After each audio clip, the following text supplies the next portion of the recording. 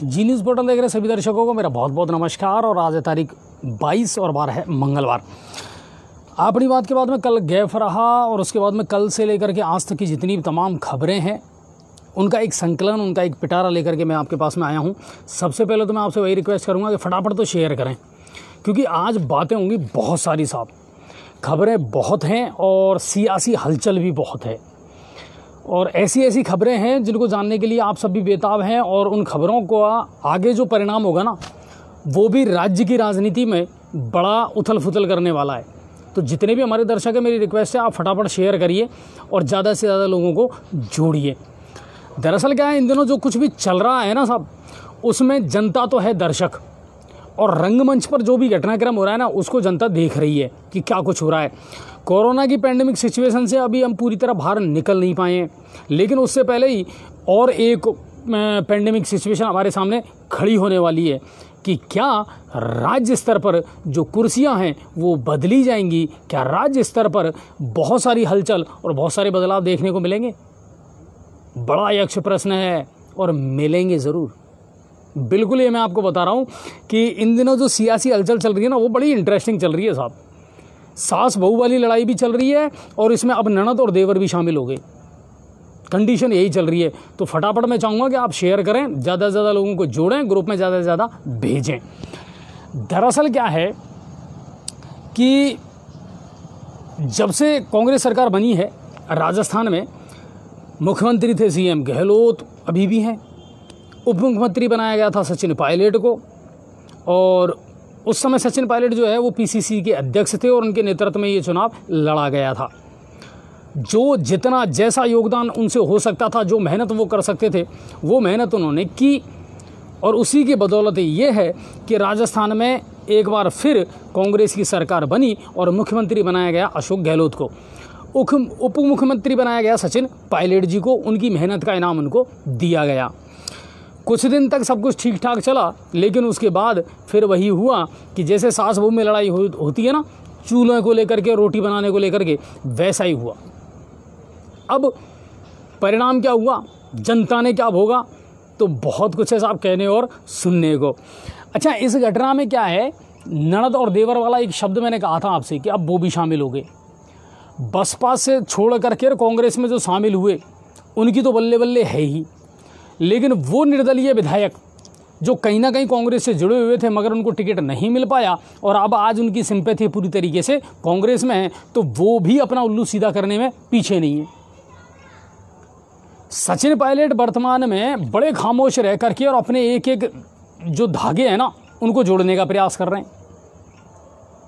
गहलोत साहब जो हैं, उनको ये भरोसा है कि शायद मेरे धरातल की जो ज़मीन है वो खिसकना इतना आसान नहीं है, और ये बात भी सही है।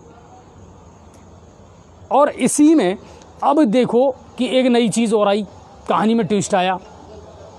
गंगापुर सिटी के विधायक रामकेश मीणा जो निर्दलीय चुनाव लड़े थे, कांग्रेस का टिकट मांगा था लेकिन नहीं मिला, चुनाव लड़े और चुनाव जीते। आज उन्होंने जो बयान दिया, उस बयान ने और भी बड़ी जो सियासी हलचल है ना, वो पैदा कर दी। आज प्रेस कॉन्फ्रेंस करके और विधायक रामकेश मीणा ने कहा कि सचिन पायलट का राजस्थान में होना ही बड़ा ताज्जुब की बात है। आखिर सचिन पायलट राजस्थान में है क्यों, उनकी ज़रूरत यहाँ नहीं है। और सचिन पायलट से पहले तो राजस्थान में गुर्जर समाज के अन्य नेता हैं जो मुख्यमंत्री की दौड़ में शामिल हो सकते हैं। बाहरी बताया गया सचिन पायलट को। और सीधा सीधा विधायक रामकेश मीणा ने यह भी कहा कि सचिन पायलट की बदौलत ही कांग्रेस को 99 सीट मिली है। अगर सचिन पायलट नहीं होते तो ये 20 से 30 सीटें और भी मिल सकती थी कांग्रेस को। बड़ा बयान दिया है विधायक रामकेश मीणा ने। उन्होंने कहा कि सचिन पायलट जातिवाद की राजनीति करते हैं और उसी के दम पर मुख्यमंत्री बनने का सपना देख रहे हैं। अगर जल्दी से जल्दी सचिन पायलट को राजस्थान की राजनीति से बाहर नहीं किया गया तो इससे कांग्रेस को ज़्यादा नुकसान होगा। इस बयान ने बड़ी हलचल मचा दी। जबकि सचिन पायलट खामोश रह करके अपना काम कर रहे हैं और उनकी पत्नी शारिका जो है वो भी युवा विधायकों से संपर्क कर रही हैं। तो क्या होगा परिणाम, ये देखने का विषय ज़रूर है। मगर मैं इतना ज़रूर कह सकता हूँ कि राजनीतिक विश्लेषकों से ये बात पता चली है कि सियासत में, राजस्थान की सियासत में बहुत बड़ी हलचल होने वाली है। चेहरे बदलने वाले हैं, मोहरे बदलने वाले हैं, धरती बदलने वाली है। और सबसे बड़ी बात यह है साहब कि बहुत लोगों के ऐसे चेहरे हैं जिनके बारे में कल्पना नहीं की थी, और वो भी अब अपनी पार्टी बदलने वाले हैं। और ये सही बात है। हमने कल्पना की थी कि क्या ज्योतिरादित्य सिंधिया बीजेपी ज्वाइन कर सकते हैं, क्या जतिन प्रसाद बीजेपी ज्वाइन कर सकते हैं। और अभी तो बहुत नाम है साहब जिनको मैं गिना सकता हूँ कि राजनीति में बड़ी उठापटक होने वाली है। और सबसे बड़ी बात यह है कि राजनेता किसी के सगे नहीं है, अपने स्वार्थ के चलते सिर्फ जनता को बेवकूफ़ बनाने का काम करते हैं। जिस जातिवाद के विषय में आज रामकेश जी ने कहा, रामकेश सर अपना इतिहास उठा करके देख लेना कि शायद इसी दम पर आप भी सियासत में आए थे। बिल्कुल इसी दम पर आप भी सियासत में आए थे। और जातिवाद राजनीति के लिए कोई नया शब्द नहीं है। जातिवाद के दम पर बहुत सारी सरकारें बनी हैं और बिगड़ी हैं, बहुत सारे विधायक और बहुत सारे सांसद बने हैं और बिगड़े हैं। और आप कहते हैं कि सचिन पायलट जातिवाद की राजनीति कर रहे हैं। इतिहास के पन्नों को थोड़ा सा पलट करके ज़रूर देखें साहब, शायद कहीं ना कहीं आपको भी पता चलेगा कि आज जिन लोगों ने आपको विधायक बनाया है वो भी कहीं ना कहीं आपने जातिवाद का जो सिक्का है ना उसी को मार्केट में चलाया था, तब जाकर के आप सियासत की कुर्सी पर बैठे थे। खैर, लेकिन मैं इतना कह सकता हूं कि जातिवाद है, क्षेत्रवाद है, इससे अलग नहीं किया जा सकता राजनीति को। बहुत कुछ हलचल है, बहुत कुछ होने वाला है। आपको ये मैं बता दूं, निर्दलीय विधायक जो हैं उनकी कल बैठक होने वाली है, वो अपनी रणनीति तय करेंगे। बसपा के जो विधायक हैं वो भी बैठक करके और वो अपनी रणनीति तय करेंगे। ज़्यादातर जो विधायक हैं उन्होंने विश्वास जताया है सीएम गहलोत पर। अब इसका सीधा सीधा जो असर हो रहा है ना वो आम जनता पर हो रहा है। थोथी घोषणाएं हो रही हैं, क्रियान्वित नहीं हो रही। ये भी सही बात है। धरातल पर काम होता नजर नहीं आ रहा है। क्यों? कि सरकार अपना दामन बचाने के लिए और अपनी कुर्सियां बचाने में लगी हुई है। तो क्या बहुत कुछ बदलेगा? बिल्कुल बदलेगा। आने वाले दिनों में सियासत बहुत बड़ी करवट लेने वाली है राजस्थान में। गहलोत साहब जाना चाहते हैं राष्ट्रीय राजनीति में, पायलट साहब आजमाना चाहते हैं अपना मुकद्दर। जो विधायक हैं वो अपने लिए सरफेस ढूंढ रहे हैं, अपने लिए क्षेत्रफल, अपने लिए धरातल ढूंढ रहे हैं, और होने वाला है ये। तो फिर आगामी चुनावों में क्या होगा? क्या राजस्थान में फिर से चुनाव होंगे? और अगर फिर से चुनाव होंगे तो राजस्थान में बीजेपी का चेहरा कौन होगा और कांग्रेस का चेहरा कौन होगा, ये भी तस्वीर धीरे धीरे स्पष्ट होने वाली है।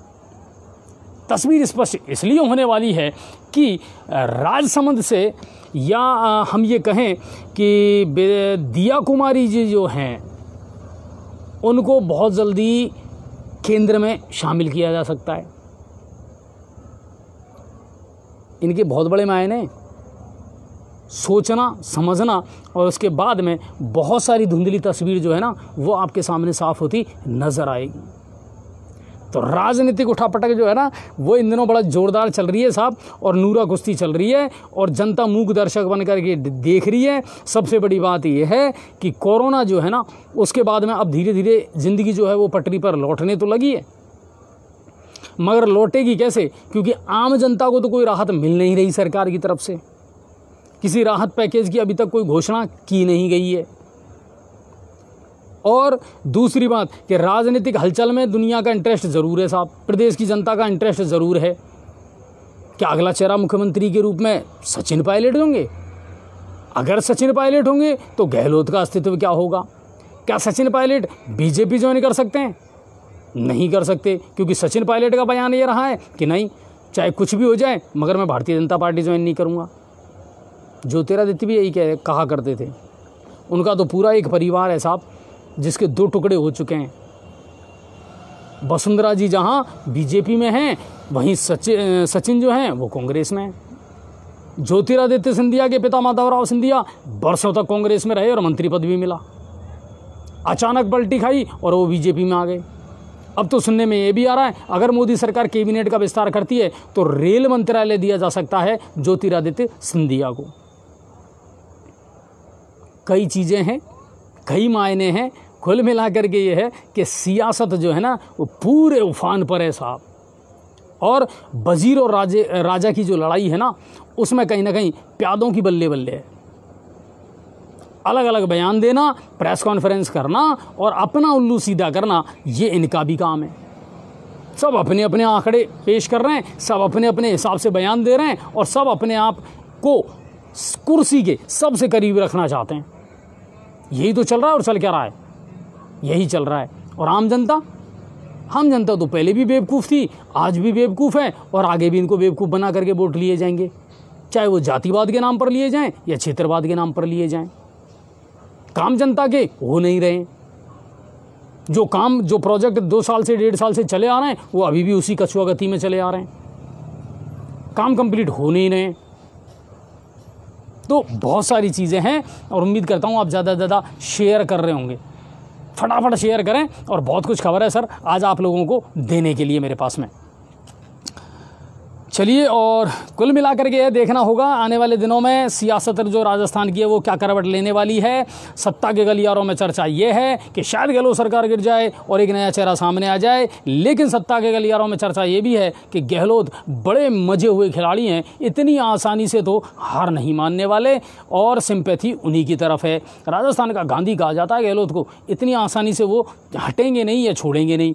दूसरी बात, जादूगर है, जादूगर अपना जादू ज़रूर चलाएगा, लेकिन कुल मिलाकर के यह है कि वक्त के साथ में ईमान बदला है, वक्त के साथ में विधायकों की सोच बदली है और वक्त के साथ में हो सकता है नेतृत्व भी बदल जाए।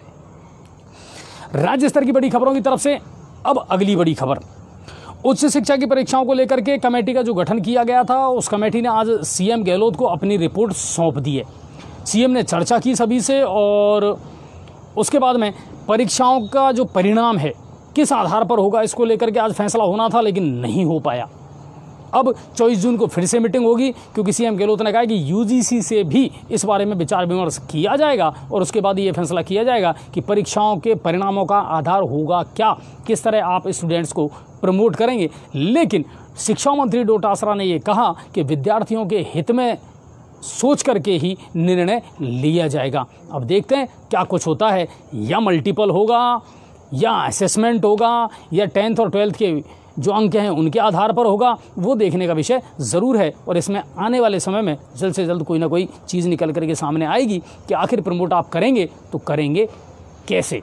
वैसे एग्ज़ाम हो सकती थी मगर एक जो लेटर था ना साहब उसने खलबली मचा दी, वरना यही शिक्षा मंत्री ये कह रहे थे कि 10th और 12th की बोर्ड की एग्ज़ाम ज़रूर करवाई जाएगी और सिर्फ एक लेटर ने उस एग्ज़ाम को रद्द कर दिया। चलिए अगली बड़ी खबर, राज्य सरकार को इन दिनों चुभ रही है वसुंधरा सरकार के द्वारा चलाई गई स्कूलों की ड्रेस। आई समझ में, यही तो होता है। एक सरकार आई साइकिलों का कलर चेंज कर दिया, एक सरकार आई सरकारी स्कूलों में चल रही ड्रेस का कलर चेंज कर दिया। 2017 में तत्कालीन मुख्यमंत्री जो थी वसुंधरा जी, उन्होंने जो ड्रेस सरकारी स्कूलों में चला रखी थी विद्यार्थियों के लिए, अब ये निर्णय लिया गया है कि वर्तमान गहलोत सरकार उस ड्रेस का कलर चेंज करने वाली है। रंग बदलना तो कोई नेताओं से सीखे साहब, चाहे चेहरों के रंग बदलने हो या अपना ज़मीर बदलना हो, मगर इनसे नीचे है साहब। इतनी तेज़ी से तो गिरगिट भी नहीं बदलता। रंग बदलने से क्या होता है मुझे समझ नहीं आता। चाहे सरकार भाजपा की आ जाए तो वो कांग्रेस के जो चेहरे हैं उनके रंग बदल देती है, और जब सरकार कांग्रेस की आ जाए तो वो भाजपा के रंग बदलने में लग जाती है। साइकिलों के रंग बदलने से क्या होता है, साइकिलों की क्वालिटी भी तो सुधार के देखते कभी। जितनी साइकिलें बच्चों को दी गई थी ना, बालिकाओं को दी गई थी, उन साइकिलों की कंडीशन देखना कभी। साइकिलें देनी है हमें तो, चाहे वो चलें मत चलें, टूटी फूटी हो, क्वालिटी बिल्कुल निम्न स्तर की हो, कोई फ़र्क नहीं पड़ता सरकारों को। सरकार तो क्या करती है, बड़े बड़े अभियान चला करके कुछ बच्चियों को बुलाती है और साइकिलें उनको सौंप करके बड़े बड़े फ़ोटो और पोस्टर लगा देती है। यही चल रहा है, और सिर्फ राजस्थान में नहीं, पूरे हिंदुस्तान में, पूरे हिंदुस्तान में यही तो चल रहा है। मैं इसको फोटोफोबिया मानता हूँ, फोटो खिंचवाने वाला फोबिया, है ना। एक केले को बांटने के लिए 15 आदमी जाते हैं, मरीज एक होता है। कई बार चलती है ना व्हाट्सएप पे ऐसी फ़ोटो, है ना, एक केला दे रहे हैं, फ़ोटो खिंचवा रहे हैं। शर्म करो, कम से कम इतना अनुमान तो लगा लो कि आप क्या दे रहे हो और कितना दे रहे हो, और फ़ोटो और खिंचवा रहे हो। आज ये किया साहब, हमने फल वितरण किए हैं साहब हॉस्पिटल में। कितने फल वितरण किए? एक मरीज को एक केला देने के लिए 15 लोग गए थे और 15 लोगों ने फ़ोटो खिंचवा ली। जब वृक्षारोपण होता है, एक छोटा सा पेड़ है, उसको लगाने के लिए 7 आदमी जाते हैं, पानी डालने के समय फ़ोटो खिंचवा देते हैं जय सीताराम। अब वो पेड़ मर जिंदा रहे, क्या हो कोई पता नहीं। ये फोटोफोबिया है हमारे देश में, यही चल रहा है। तो राजस्थान की जो वर्तमान गहलोत सरकार है, उसने फैसला लिया है कि अब राजस्थान के जो सरकारी विद्यालय हैं, उनके विद्यार्थियों की ड्रेस का जो कलर है वो चेंज किया जाएगा। इससे राजस्थान के जो 64,000 सरकारी विद्यालय हैं वो प्रभावित होने वाले हैं। आपको बता दूं 2017 में चेंज हुई थी, और अगर आपको और हमको याद हो तो 1997 में 1997 में मुझे जहाँ तक याद है खाकी पैंट हुआ करता था और सफ़ेद शर्ट हुआ करती थी, ये ड्रेस थी। उस समय फिर शिक्षा मंत्री थे गुलाब चंद कटारिया, उन्होंने फिर ड्रेस में बदलाव किया और तब से लेकर वही चलता आ रहा है। और अब गहलोत सरकार फिर ड्रेस में चेंज कर रही है। सरकारी स्कूल में पढ़ने वाले बच्चों को तो फ़ायदा है बिल्कुल, क्योंकि उनको तो 8वीं तक के जो बच्चे हैं उनको तो अब इस साल निःशुल्क मिलेगी ये ड्रेस। ये बजट में घोषणा कर दी थी सीएम गहलोत ने कि स्कूली सरकारी स्कूलों के जो बच्चे हैं 8वीं क्लास तक के, उनको स्कूली ड्रेस जो है वो मुफ्त दी जाएगी, निःशुल्क दी जाएगी। तो कुल मिलाकर के ये है साहब कि विद्यालय में चलने वाली ड्रेसों का कलर चेंज होने वाला है। अब इसके क्या सियासी मायने हैं वो आप निकालते रहना। आज देर रात आ सकती है नई गाइडलाइन। सर थोड़ा सा निगाह भी रखना, है ना। आज देर रात गाइडलाइन आ सकती है साहब। अनलॉक 2 हो गया, अनलॉक 3 हो गया, अब आएगा अनलॉक 4। क्यों आएगा साहब, क्या कारण है? कारण ये है कि तेज़ी से कोरोना संक्रमण अब राजस्थान में घटता जा रहा है, बिल्कुल तेज़ी से घट रहा है। बहुत सारे ज़िले तो ऐसे हैं जिनकी स्थिति अब शून्य है, जिनमें कोई केस आ ही नहीं रहा। सवाई माधोपुर में भी मेरे ख्याल से 19 जून के बाद में कोई केस नहीं आया। पूरे ज़िले की अगर बात करें तो 4 एक्टिव केस हैं पूरे सवाई माधोपुर ज़िले में बस। तो कुल मिलाकर के धीरे धीरे कोरोना का जो संक्रमण है ना और जो लहर है वो अब ख़त्म हो रही है। इसी को ध्यान में रखते हुए गहलोत सरकार अब निर्णय ले रही है कि धीरे धीरे बाज़ारों का टाइम बढ़ाया जाए। आज अगर गाइडलाइन आती है तो हमारा अनुमान ये है कि या तो दुकानों का समय 6 बजे कर दिया जाएगा, सरकारी कार्यालय हैं, फैक्ट्री हैं, उनमें भी जो स्टाफ की संख्या है वो अब बढ़ा दी जाएगी। 1 जुलाई से शादी समारोह पर जो पाबंदियां लगी हुई थी, इवेंट्स वाले जो हैं डीजे घोड़ी वाले, उनको भी अब छूट दे दी जाएगी। शायद संख्या जो है वो 200 कर दी जाए, ये भी होने वाला है। मगर स्कूल और कोचिंग को लेकर के सरकार क्या निर्णय करने वाली है ये ज़्यादा देखने का विषय ज़रूर रहेगा। 1 जुलाई से विद्यालयों का सेशन शुरू होने वाला है और नई नौकरियों की, नई भर्तियों की आपने घोषणा कर दी, तो कोचिंगों का भी देखना पड़ेगा कि आप कब इनको शुरू करते हैं। तो इन चीज़ों पर नज़र रहेगी। लेकिन कुल मिलाकर के आज देर रात तक नई गाइडलाइन आने वाली है और इसमें बहुत सारी छूट लोगों को मिलने वाली है।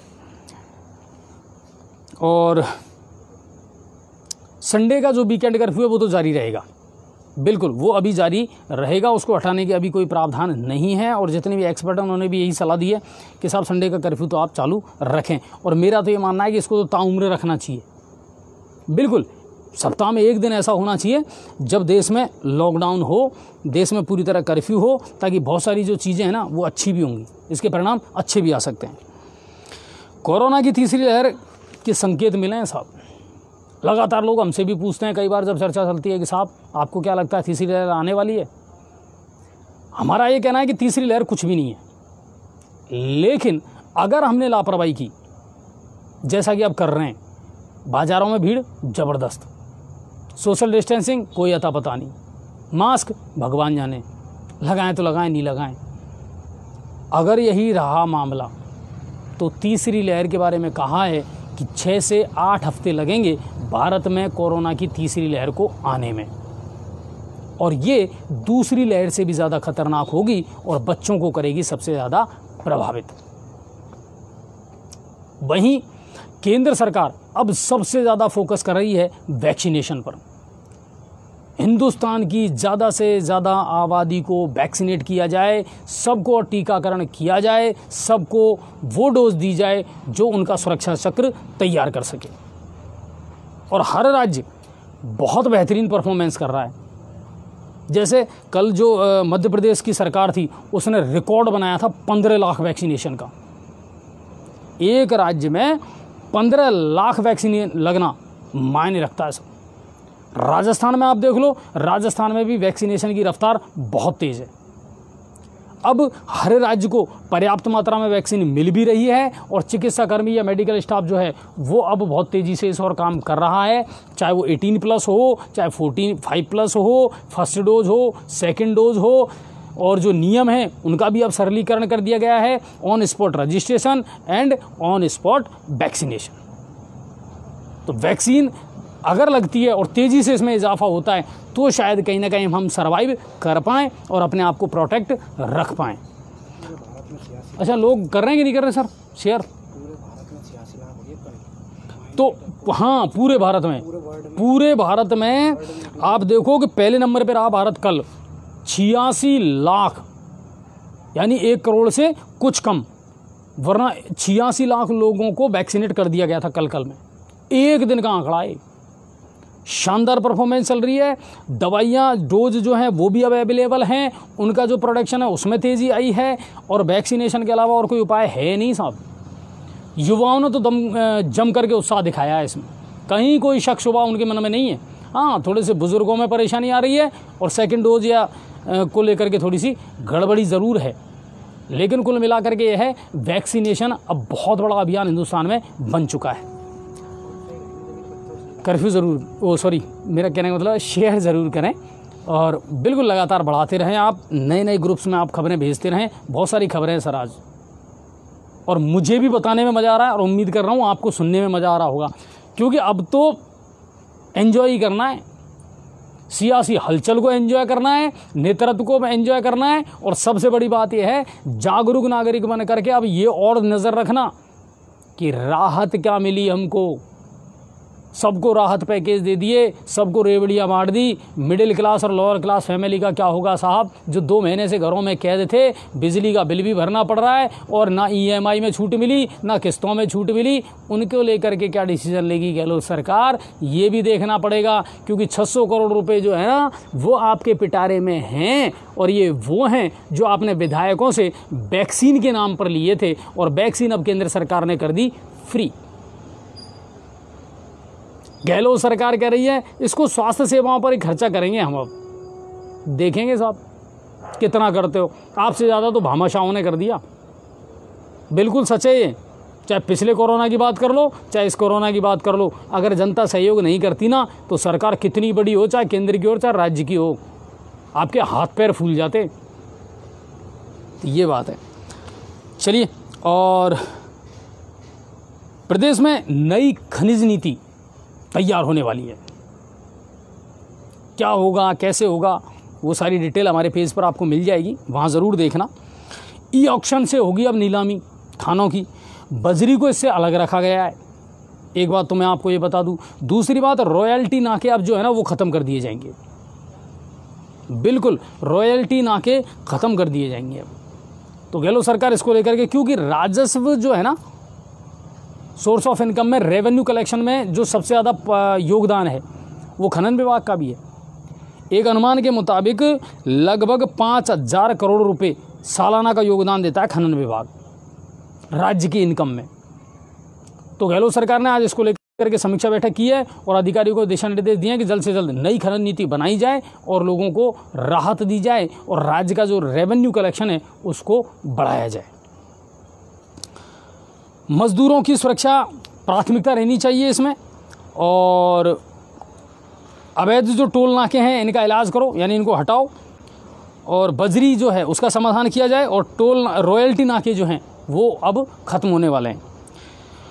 अब बात करते हैं कोरोना की अपडेट। आज की कोरोना की क्या मामला रहा, तो पूरे राजस्थान में से केवल 137 यानी 137 केस सामने आए हैं, और 3 मौतें हुई हैं और 437 लोग ठीक होकर के अपने घर गए हैं। तो कुल मिलाकर के कोरोना भी अब धीरे धीरे अपने घर जा रहा है और इससे निजात मिल सकती है। कई ज़िलों में बदला मौसम का मिजाज, शाम होते होते बिल्कुल ये तो रोज़ाना हो रहा है। अब आज गंगापुर में ज़रूर पता नहीं कैसे बारिश बादल घिर के तो आए मगर बरसे नहीं कम वक्त, और उसका नतीजा ये है सर कि अब जब मैं आपको लाइव ये समाचार सुना रहा हूँ ना तो मेरे पूरे जिस्म में पसीने आ रहे हैं। हवा 1% नहीं चल रही, कतरा भर पत्ता भी नहीं हिल रहा साहब, इतनी तेज़ गर्मी है, उमस इतनी ज़्यादा है।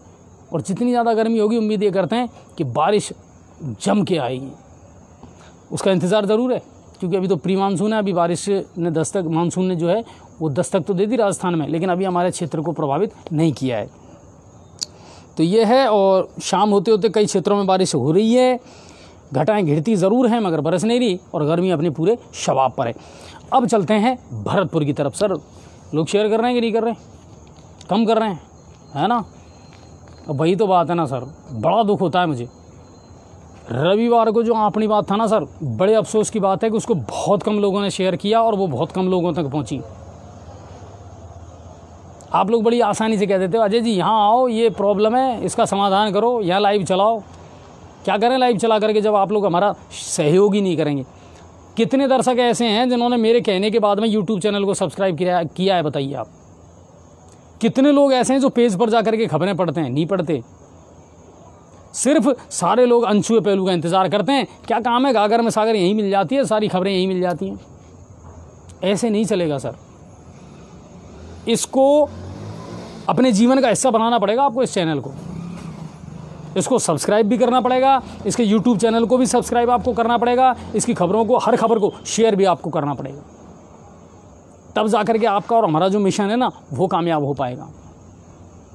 वरना हम दिन रात कितनी मेहनत कर लें सर, एक दिन हमारा भी हौसला टूट जाएगा। पिछले 1-1.5 साल से तो मैं लगातार मेहनत कर रहा हूँ, हमारी पूरी टीम मेहनत कर रही है, और यही उम्मीद करते हैं कि साहब कुछ रिजल्ट निकले और वातावरण बदले, लोगों की समस्याओं का समाधान हो, प्रशासन के कानों में ढोल नगाड़े बजें, उनको पता लगना चाहिए ये हमारा काम है और ये हमें करना है।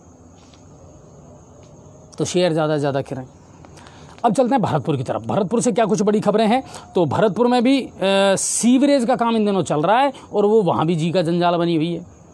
भी क्यों लगाया समझ गए होंगे आप, क्योंकि गंगापुर वाले भी तो रो रहे हैं सीवरेज को लेकर के। जहाँ डल गई वहाँ चैम्बरों का रोना, ओवरफ्लो का रोना, और जहाँ नहीं डली वहाँ खड्डे, जो गड्ढे हैं वो खोद करके छोड़ दिए। कौन सा फेज चल रहा है, कैसे फेज चल रहा है, कैसे डलेगी भगवान जाने। मगर कुल मिलाकर के ये है, जैसे गंगापुर दुर्दशा का शिकार है वैसे ही भरतपुर की कंडीशन है। वहाँ जो ये काम कर रही है वो RUIDP कंपनी काम कर रही है।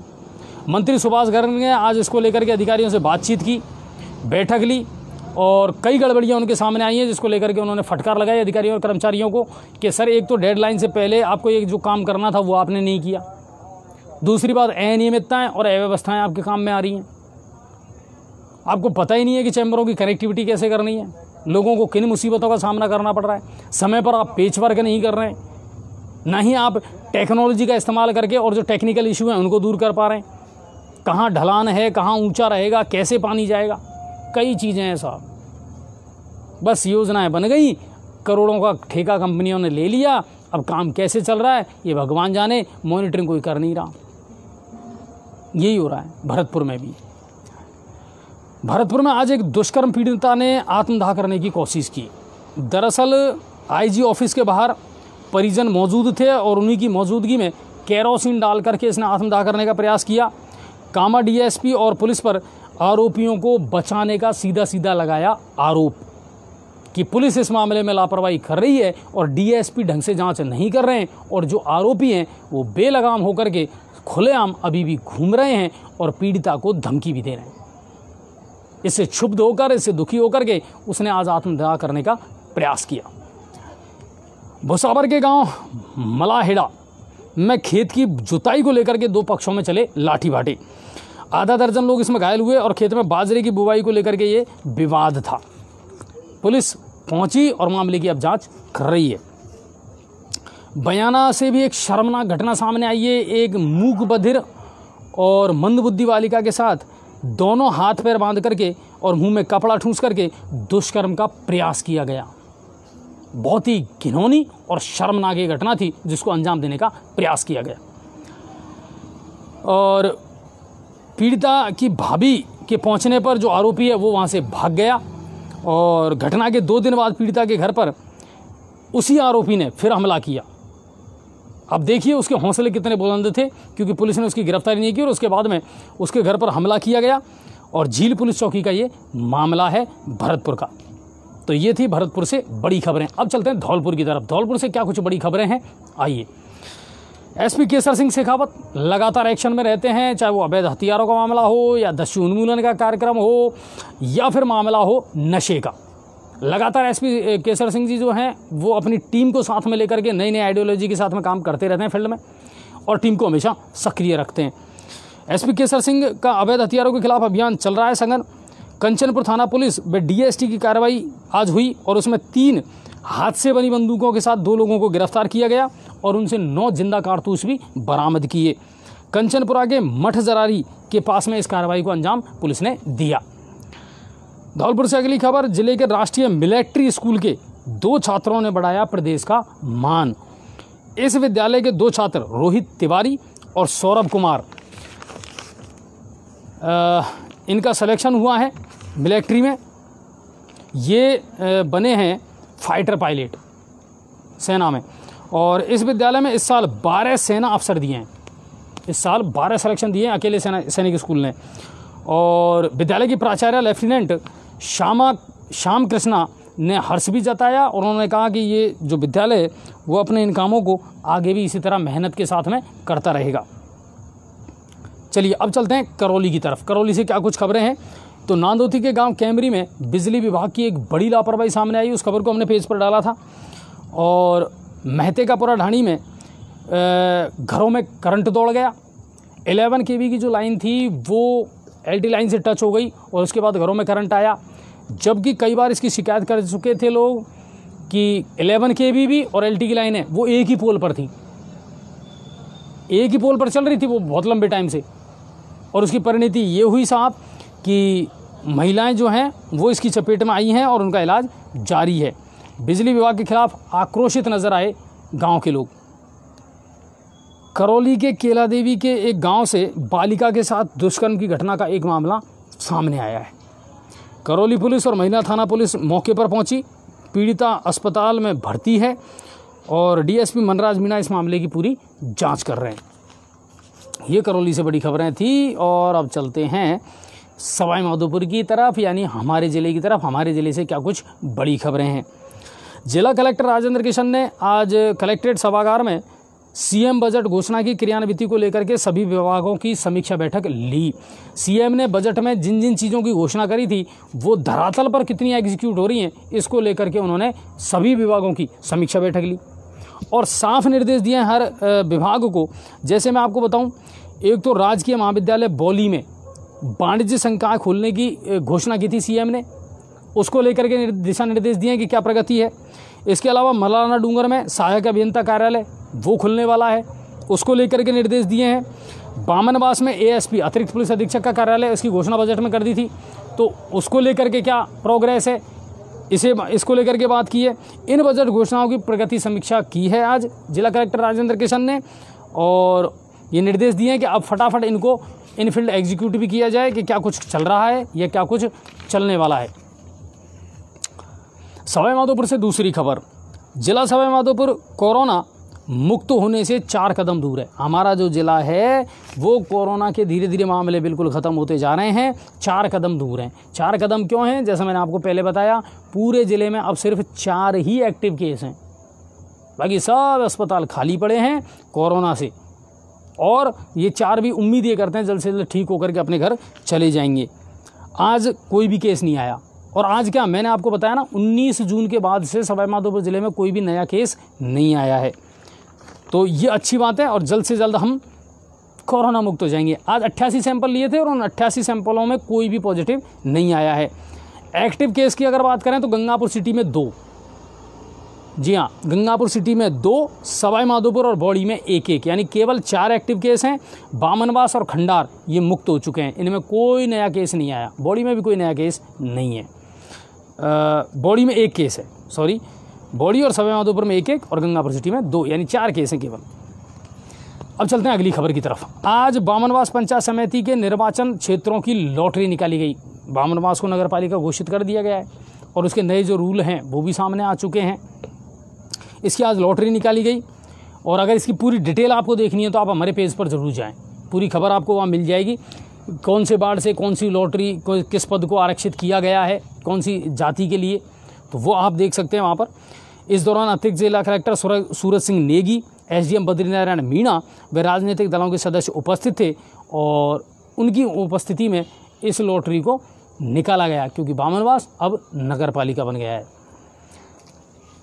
सवाई माधोपुर से अगली खबर है, युवती को भगाकर सामूहिक दुष्कर्म का एक मामला सामने आया है। पीड़िता के पिता ने 13 लोगों के खिलाफ सामूहिक दुष्कर्म का मामला दर्ज करवाया है और पुलिस ने भी तत्परता दिखाते हुए तुरंत कार्रवाई की और मुख्य जो आरोपी है उसको गिरफ्तार किया है। आरोपी रघुवीर मीणा सेवती कला का रहने वाला है और शेष अन्य की तलाश जारी है और डीएसपी नारायण तिवारी इस पूरे मामले की जांच कर रहे हैं। अगली खबर सवाई माधोपुर से, बामनवास के बड़ीला में शादी समारोह था साहब। अनंत बड़ीला पहले काफ़ी जाना पहचाने भी थे, सक्रिय थे राजनीति में, राजनेताओं के साथ। अब तो शायद सरकारी टीचर हैं, मुझे जहाँ तक पता है। उनके लगन टीके में राज्यसभा सांसद डॉक्टर किरोड़ीलाल मीणा जमकर के झूमे और बामनवास विधायक इंदिरा मीणा। इनका वीडियो वायरल होने के बाद में कई सवाल खड़े हो गए और सवाल खड़े होना लाजमी भी था। आम आदमी के लिए तो सारे प्रोटोकॉल हैं, आम आदमी के लिए तो जुर्माने ही जुर्माने, लेकिन सरकार जब खुद नाचने लगती है तब ये जुर्माने क्यों नहीं लगते, तब कोई कार्रवाई क्यों नहीं होती है। बताया जा रहा है कि वहाँ लगभग 2000 लोगों की तो भोजन व्यवस्था थी और जम करके लोग इकट्ठा हुए, जम करके लोगों ने एंजॉय किया, किसी भी प्रकार की गाइडलाइन या प्रोटोकॉल का कोई ध्यान नहीं रखा गया और इसका वीडियो वायरल हो रहा है तेजी से। ये थी सवाई माधोपुर जिले की प्रमुख खबरें। अब बात करते हैं गंगापुर सिटी की। हमारे शहर में क्या कुछ हो रहा है, तो सर जितना कहा जाए ना उतना ही कम है। क्या हो रहा है वो मैं बताता हूँ। एक तो विप्र सेना ने आज कुशालीपुरा दर्रा पर पुजारी राजेश गौतम की हत्या को लेकर के एसडीएम को ज्ञापन सौंपा। हत्यारों को जल्द से जल्द गिरफ्तार किया जाए और पीड़ित परिवार को मुआवजा दिया जाए, इसको लेकर के विप्र सेना ने आज ज्ञापन सौंपा। लाइव आपने देखा होगा। वैक्सीनेशन की गति तेज, बिल्कुल इसमें कोई शक नहीं है। बहुत तेज़ी से अब गंगापुर सिटी में भी वैक्सीन जो है, एडीएम नवरत्न कोहली है, एसडीएम अनिल चौधरी सर हैं, हिमांशु सर हैं, इनकी टीम और चिकित्सा विभाग की जो टीम है ना वो शानदार काम कर रही है। हॉस्पिटल में वैक्सीनेशन चल रहा है, उदय मोड़ पे चल रहा है, हिंगोटा में चल रहा है, रेलवे हॉस्पिटल जो है वहाँ चल रहा है। इसके अलावा आज तो रोडवेज जो बस स्टैंड है वहाँ पर भी वैक्सीनेशन की व्यवस्था की थी। एक एक सवारी से पूछा जा रहा था और जो वैक्सीनेट नहीं है उनको उतार करके वैक्सीन लगाई जा रही थी। अब वो क्राइटेरिया भी ख़त्म हो गया कि साहब 45 वालों को लगेगी कि 18 वालों को लगेगी। सबके लिए पर्याप्त मात्रा में डोज उपलब्ध है, जाएं बिल्कुल। जितने भी हमारे दर्शक हैं मैं उनसे ये कह रहा हूँ बिल्कुल जाएं सर। मैं खुद अब तक इतना तड़फ रहा हूँ वैक्सीन लगवाने के लिए, लेकिन समस्या एक ही है कि मैं खुद कोरोना पॉजिटिव आया था तो अभी डॉक्टरों ने थोड़ा सा मना कर रखा है कि सर आप इतने दिन तक अभी वैक्सीन नहीं लगवा सकते। तो मैं उस रूल को फॉलो कर रहा हूँ, वरना मैं बिल्कुल तैयार हूँ वैक्सीन लगवाने के लिए। कम से कम अपने आप को प्रोटेक्ट तो करें। ये जो कोरोना है ना, अदृश्य शत्रु जो दिखाई नहीं दे रहा, इसके खिलाफ कोई तो प्रोटेक्शन अपनाए भाई। तो जितने लोग हैं, चाहे वो बुजुर्ग हैं चाहे वो युवा हैं, उनसे मेरा यही कहना है बिल्कुल वैक्सीनेशन करवाएं, अपना वैक्सीन लगवाएं। करोड़ों रुपए जब सरकार खर्च कर रही है सर, तो आपकी सुरक्षा के लिए कर रही है, तो हमारा इतना फ़र्ज़ तो बनता है कि हम जाएं, अपने आप को सुरक्षित करें, अपने परिवार को सुरक्षित करें। और जब हम सुरक्षित हैं तो हमारा परिवार, स्वाभाविक बात है कि वो सुरक्षित रहेगा। डरने की, चिंता करने की आवश्यकता है ही नहीं सर। वैक्सीन ही तो है। पहले के ज़माने में तो चीरे लगते थे यहाँ कंधे पर साहब, बड़े खतरनाक होते थे वो। ये कोई ऐसा तो नहीं है, केवल एक सिरिंज है और सिर्फ 2 ml जाना है और क्या है। चलिए, तो वैक्सीनेशन अच्छा चल रहा है। एक चीज़ और मैंने नोटिस की है और मेरे पास शिकायतें भी आई है EWS के फॉर्म के रिन्यूअल को लेकर के। 21 से लेकर के 5 जुलाई तक रीट की एग्ज़ाम से जो है उससे पहले सरकार ने घोषणा की है कि साहब टाइम दे दो EWS वालों को ताकि वो अपने जो प्रमाण पत्र हैं उनको रिन्यू करवा सकें।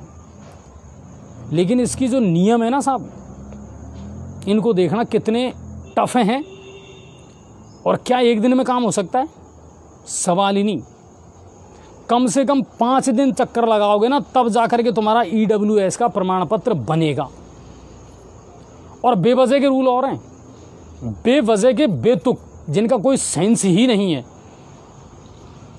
मैं सामान्य कैटेगरी से हूं और मैं 10% EWS या रिजर्वेशन डिजर्व करता हूं, लेकिन उसके लिए मुझे लफड़े बहुत करने हैं, मुझे भागदौड़ बहुत करनी पड़ेगी। ससुराल पक्ष से भी लगवाओ, पियर पक्ष से भी लगवाओ, वहाँ के पिता की भी इनकम लेकर के आओ, यहाँ के अपने पति की भी इनकम लेकर लो।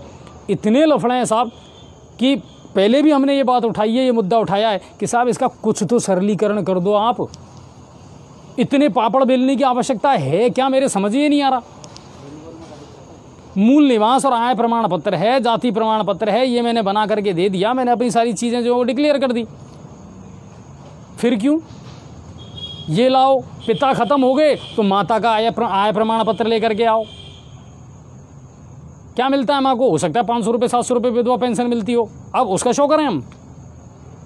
बेतुके नियम है EWS फार्मों के रिन्यू को लेकर के, और इसमें सरलीकरण की आवश्यकता है।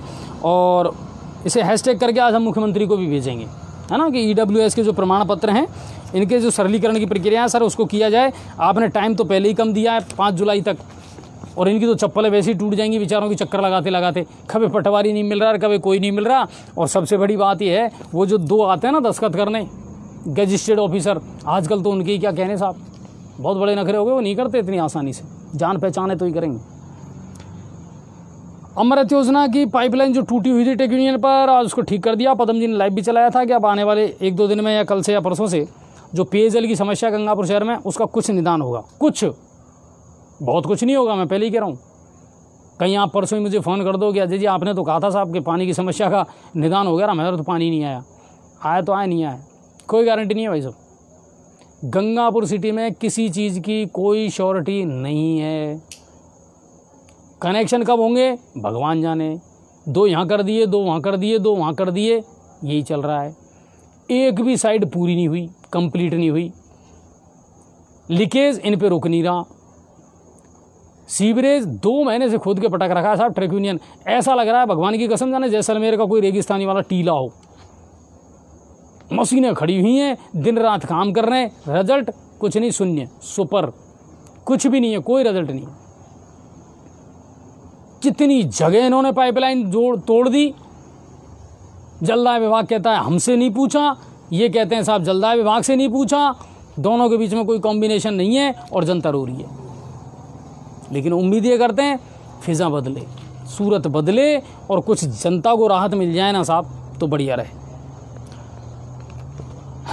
10 जून को विवाहिता की एक मौत का मामला था जो हमने उस समय भी लाइव दिखाया था, और उसको लेकर के आज जो ससुराल पक्ष है उसने हमला कर दिया, मारपीट हुई, झगड़ा हुआ। और जो पीड़ित है उसका कहना है कि साहब वो राजीनामे के लिए दबाव बना रहे हैं। ये पीड़िता जो मरी थी ना, मृतका, उसके भाई का बयान है कि साहब हमारे ऊपर दबाव बना रहे हैं, केस वेस विड्रॉल कर लो आप और राजीनामा कर लो। गंदगी का आलम कई जगह हैं साहब। सभापति महोदय कितने ही दावे कर लें, 11 बजे तक और 12 बजे तक मुख्य चौराहों से कचरा नहीं उठाया जाता है। उदय मोड़ को देख लो, ऑटो टिपर गायब है क्या, ऑटो टिपर बंद है। हाँ, जबकि सभापति महोदय ने कहा था कि साहब सब में GPS लगा रखा है और हम डेली मॉनिटरिंग करते हैं, आज कहाँ कितने ऑटो टिपर गए, कितने उन्होंने चक्कर लगाए। नहीं हो रहा। और सभापति महोदय मैं आपसे निवेदन कर दूं, आप जितने भी बड़े दावे कर रहे हैं फिलहाल वो धरातल पे फैल नज़र आ रहे हैं। आपने कहा था आवारा पशुओं का निस्तारण किया जाएगा, कुछ नहीं हुआ। आपने जगह जगह टेम्पो स्टैंड बना दिए, संख्या डाल दी, टेम्पो वालों की यूनियन भी बन गई, चुनाव भी हो गए, सब काम हो गया, आगे क्या हुआ? कुछ भी नहीं हुआ। जिस दिन हमने इंटरव्यू लिया आपने कही कि बहुत तेज़ी से स्थायी और अस्थायी अतिक्रमण हटाया जाएगा, एक भी जगह नहीं हटा सर, एक भी जगह नहीं हटा। चाहे सौलदों की बात कर लो, उदय मोड़ की बात कर लो, सैनिक नगर की बात कर लो, मुख्य बाजार की बात कर लो, अतिक्रमण तो हम दिखा रहे हैं आपको लाइव। उल्टा जीना दुश्वार कर दिया सर ठेले वालों ने और अतिक्रमण वालों ने। तो काम हो नहीं रहा सभापति महोदय, आप चाहे कितनी बड़े दावे कर लें, लेकिन धरातल पर कुछ भी नहीं हो रहा है। ना सफाई हो पा रही है, ना रोड लाइटों की कंडीशन अच्छी है। ये बिल्कुल सही बात है। टेम्पो स्टैंड आपने बनाए थे, आपने कई साल में यातायात व्यवस्था सुधारूंगा। सर इतनी बदतर हो गई, सुधारना तो बहुत दूर की बात है। इसको सुधारने में तो पसीने आ जाएंगे, नहीं सुधार पाओगे आप, क्योंकि ना तो लोग सुधरने को तैयार हैं, ना आपके पास में कोई मैकेनिज्म मुझे नज़र आता है, कोई प्लान नज़र नहीं आता। सिर्फ तख्तियाँ लटका देने से कुछ नहीं होता कि ये साहब ऑटो स्टैंड है, ये टेम्पो स्टैंड 12 है, ये 11 है, ये 13 है। टेम्पो स्टैंड और टेम्पो वाले जो हैं वो अपनी मनमानी कर रहे हैं, जचे जैसे चला रहे हैं, बेहताशा बढ़ते जा रहे हैं टेम्पो। और गंगापुर में हालत इतनी ख़राब होती जा रही है, भीड़ का आलम बहुत तेज़ हो गया सर। ऐसा लग रहा है लोगों को जैसे कोरोना कभी था ही नहीं। पूरे बाजार की, पूरे गंगापुर की कंडीशन है। पेचवर्क बंद है बिल्कुल, और जहाँ हो रहा है वहाँ बड़े ही घटिया तरीके से हो रहा है, जिसका लाइव भी मैं आपको दिखा चुका हूँ। सभापति महोदय खुद वहाँ मौजूद थे। इस तरह का पेचवर्क हो रहा है। जहाँ इन्होंने अब से पहले पेचवर्क किया ना भाई साहब, जितना खोदा है ना, जितना खोदा है उससे 1 इंच कम ही किया है, ज़्यादा नहीं किया। जॉइंट तक मिलाना उचित नहीं समझा पेचवर्क वालों ने। कैसा मैंने इतना रोड खोदा है तो कम से कम स्लॉप बना करके मैं इन जॉइंटों को तो जोड़ दूं ना,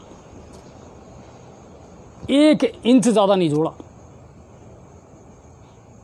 और मैं गंगापुर की जनता से ये कहना चाहूँगा, आवाज़ उठानी पड़ेगी, जागरूक होना पड़ेगा, नहीं तो काम नहीं चलेगा। आने वाले दिनों में बरसात जब शुरू हो जाएगी ना, तो इनके पास तो एक्सक्यूज़ है देने के लिए, साहब मानसून शुरू हो गया अब काम नहीं होगा। आपके पास में कोई एक्सक्यूज़ नहीं है। इन गड्ढों में गिर कर के चोटिल आप होंगे, घायल आप होंगे, मौत का शिकार होंगे तो आप होंगे। इतना बदसूरत इस शहर को मैंने पहले कभी नहीं देखा। और सबसे बड़ी शर्मिंदगी की बात कि जो बड़ी बड़ी कंपनियां काम कर रही है ना साहब, उनके तो कानों पे जू नहीं रेंग रही है। उन्होंने तो ऐसी नखटाई धारण कर रखी है कि चाहे प्रशासन कह लो, चाहे विधायक महोदय कह लो, हम तो काम हमारी स्टाइल से ही करेंगे। ये चल रहा है गंगापुर में। क्राइम की अगर बात करें, कोई 30,000 जेब में से लूट के ले जाता है, कोई 20,000 ले जाता है। पुलिस से अगर बात करें, अभी 3-4 दिन पहले भी एक घटना आई कि 2 महिलाएं जो टेम्पू में जा रही थी, उनका पर्स और मोबाइल कोई टेम्पू में बैठी हुई 2 महिलाएं लेकर के चली गई। वो रोती रोती बेचारी थाने पहुंची हैं। मेरे पास फ़ोन आया था, लेकिन उन्होंने बहुत लेट मुझे फ़ोन करा। सीसीटीवी कैमरे हैं, कहना ही क्या। सभापति महोदय हालांकि प्रयास कर रहे हैं। उस दिन इंटरव्यू में भी उन्होंने बताया था कि मैं सुधरवा रहा हूँ साहब इनको, लेकिन उनको सुधरवाने की कीमत ही बहुत ज़्यादा आ रही है। पंचायतों के पास में बजट नहीं आ रहा, ग्राम पंचायतों के पास में। सरपंच कह रहे हैं साहब ऐसे आ रहा है जैसे ऊँट के मुँह में जीरा। 2 लाख का भी दे दिए, 5 लाख का भी दे दिया। अब इनमें बिजली के बिल चुकाएं कि गाँवों का विकास करवाएं। ग्रामीण क्षेत्र में जल जीवन मिशन योजना जो चल रही है, उसकी मॉनिटरिंग का तो कोई अता पता ही नहीं है। कहीं टंकी बन रही है, कहीं नहीं बन रही है, कहीं सरपंचों की मनमानी चल रही है। फिर आप बताओ, हम तारीफ़ करें तो किसकी करें और कैसे करें? धरातल पर अगर कुछ होगा ना तो तारीफ़ होगी, कुछ करोगे तो वाहवाही होगी। जब करोगे ही नहीं तो क्या करें? अब तो सीधा सीधा भ्रष्टाचार का जो खेल, क्यों सरकार का दोष नहीं है। सरकार को तो अपनी कुर्सी बचानी। सरकार तो अभी लगी ही इसमें है पिछले 1.5-2 साल से। जैसे सूरज के 7 घोड़े हैं, वो 7 अलग अलग दिशाओं में भाग रहे हैं ना, तो उनको संभालने में लगी हुई है सरकार। तो आम जनता जाए भाड़ में, कोई लेना देना नहीं है। ये कंडीशन हो रही है। तो उम्मीद करता हूँ कि आज की खबरें आपको पसंद आई होगी। और सियासत में बहुत बड़ी हलचल होने वाली है। पल पल की अपडेट नज़र बनाए करके रखें। और अब हम भी कोशिश ये करेंगे कल से कि मैं भी आपको दिन में कम से कम 3 बुलेटिन ऐसे जारी करूं, जिसमें आपको 3-3, 4-4 घंटे की ब्रेकिंग न्यूज़ आपको बताता रहूं। कि दिन भर क्या हुआ। अनछुए पहलू के अलावा, अनछुए पहलू तो पूरा पैकेज है ही हमारा, लेकिन दिन में जैसे एक बुलेटिन 12 बजे आ गया, अगला बुलेटिन 3 बजे आ गया, और फिर उसके बाद अनछुए पहलू आ गया। तो दिन भर जो चल रहा है गंगापुर शहर में वो भी आपको मिलता रहे, ये हम प्रयास करेंगे। लेकिन आपका सहयोग हमें मिलते रहना चाहिए। आप सहयोग करते रहेंगे, हमें भी हौसला मिलता है, हमें भी ताकत मिलती है, और बहुत कुछ होने वाला है। सियासत किस करवट बैठेगी कोई नहीं जानता सर, मगर इतना ज़रूर जानते हैं हम कि आम आदमी आम था, आम है और बेचारा आम ही रहेगा। ये सिर्फ वोट देने के काम आता है, इसके अलावा इसका कोई उपयोग नहीं है। आप सभी का बहुत बहुत धन्यवाद। खबरों को ज़्यादा से ज़्यादा शेयर करें, लाइक करें, और ज़्यादा से ज़्यादा लोगों को इन्वाइट करें इस पेज पर कि आप आइए। गंगापुर सिटी पोर्टल एक बहुत ही विश्वसनीय और शानदार चैनल है, और कम से कम भरतपुर संभाग की और सवाई माधोपुर गंगापुर की और ग्रामीण क्षेत्र की तमाम खबरों को निष्पक्षता के साथ देता है, ये हम उम्मीद करते हैं। और हाँ, फिर कह रहा हूँ, प्लीज़ हमारे यूट्यूब चैनल को ज़रूर सब्सक्राइब करें। जाएँ यूट्यूब चैनल पर, उसको सब्सक्राइब ज़रूर करें, हर खबर वहाँ भी मिलेगी आपको। पेज पर जाएँ, खबरों की अगर डिटेल पढ़नी है पेज पर जाएँ, उसका विजिट करें। तो ये बात है। आप सभी का बहुत बहुत धन्यवाद। और गर्मी बहुत ज़्यादा है साहब, ठीक है ना, लेकिन 1-2 दिन में बरसात ज़रूर होगी, मानसून आने वाला है, और फिर सावन की रिमझिम फुहारें जो है ना वो तन और मन को भिगो देंगी, और शीतलता ज़रूर मिलेगी। और इसी दौरान कहीं ना कहीं गर्माहट रहेगी सियासत को लेकर के, नज़र बना करके रखना। आप सभी का बहुत बहुत धन्यवाद। जय हिंद और जय भारत।